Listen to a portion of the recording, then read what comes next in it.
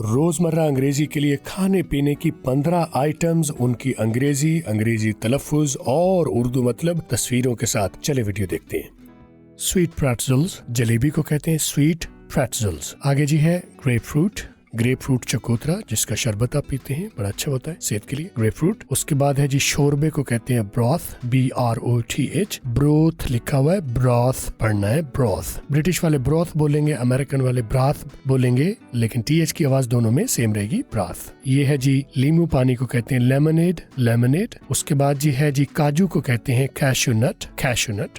इलायची को कहते हैं कार्डमम। आगे जी है जी सलाद पत्ता जो है उसको कहते हैं लेटस। आगे है जी मेरे पास मेथी, और ये मेथी का दाना है, मेथी का जो बीज होता है, ठीक है, ये होता है बकव्हीट। आगे है जी मेरे पास फालूदा को कहते हैं फ्लमरी फालूदा। 10 पर है ये है जी अचार को कहते हैं पिकल। ये मीठा हो या कोई आपको मुरब्बों को भी अचार में, इसमें पिकल्स में कहेंगे, लेकिन ये अचार जो तेल में डुबो के रखे जाए चीजें, या चास में तो पिकल्स। उसके बाद है जी मेरे पास स्वीट पोटैटो, शकरकंदी को कहते हैं स्वीट पोटैटो। आलू की नस्ल है, उसे चौके पोटैटो कहते हैं, तो ये हो गया स्वीट पोटैटो शकरकंदी। आगे मेरे पास है जी इमली को कहते हैं टैमरिंड। आगे है जी मेरे पास दलिया को कहते हैं पॉरेज। इसमें D लिखा हुआ था लेकिन पॉरेज बोलना है आपने। शीरा को कहते हैं ट्रैकल। उसके बाद मैदा को कहते हैं जी फाइन फ्लोर। आटे को अगर फ्लोर कहते हैं तो चाहिए, क्योंकि उसमें से छाना हुआ होता है, बारीक होता है, इसलिए फाइन फ्लोर। तो मैं उम्मीद करता हूँ कि आज भी आपको कुछ सीखने को मिला होगा। मुझे जरूर कमेंट्स में बताइए कि आप किन टॉपिक्स पर मजीद वीडियोस चाहेंगे। देखते रहिए,